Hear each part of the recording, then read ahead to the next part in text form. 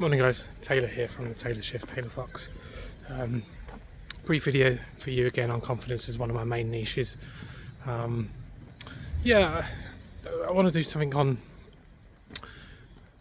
for me, confidence being both the process of self-awareness and self-improvement.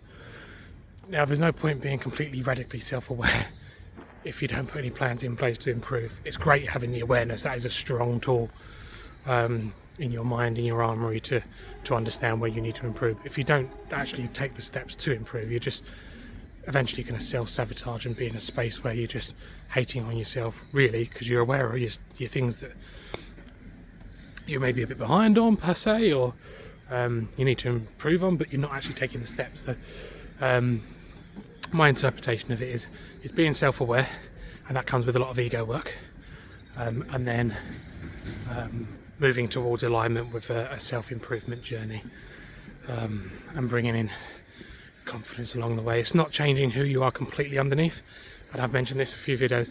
It's making small shifts in your identity along the way, clearing out a little bit of, again, what no longer serves you, and going on a self-improvement journey along the way. Almost as like renovating the house per se. You're not knocking the house down, you're not bulldozing it, you're just making upgrades and renovations and a few paint jobs here and there, a few patchworks, a few putting shelves up, whatever you want to say, whatever analogies you want to say.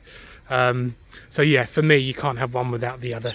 It's a journey I've been on, heavily started with self-awareness, uncomfortably so, and then self-improvement bit by bit. No massive overnight I've got to change everything about me, just little tweaks and little identity tweaks and patchworks and jobs and upgrades here and there, and that's something I do. I don't make it completely overwhelming transformation where you feel like you have to change your whole being, your confidence being, your whole identity overnight. That's scary, that's all consuming. That's not what I'm talking about. Little shifts along the way, releasing the old, upgrading it with the new, building the house as a stable, firm foundation. I've said this in a few videos, so it kind of aligns and ties in nicely, and that's something I take you along with on the confidence journey and then the coaching journey,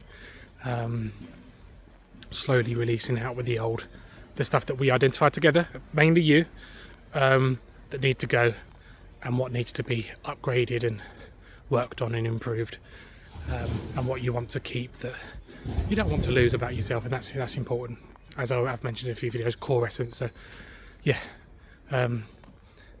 keeping the house, keeping the foundation, making a few tweaks here and there.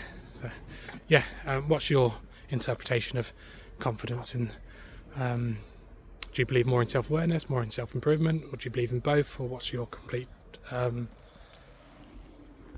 interpretation of it altogether? Something completely different. Obviously there's loads of different ways to look at confidence, not just that, there's loads of different angles, but in this particular topic, let me know what your interpretation of it is. I'll be interested to hear your thoughts for sure.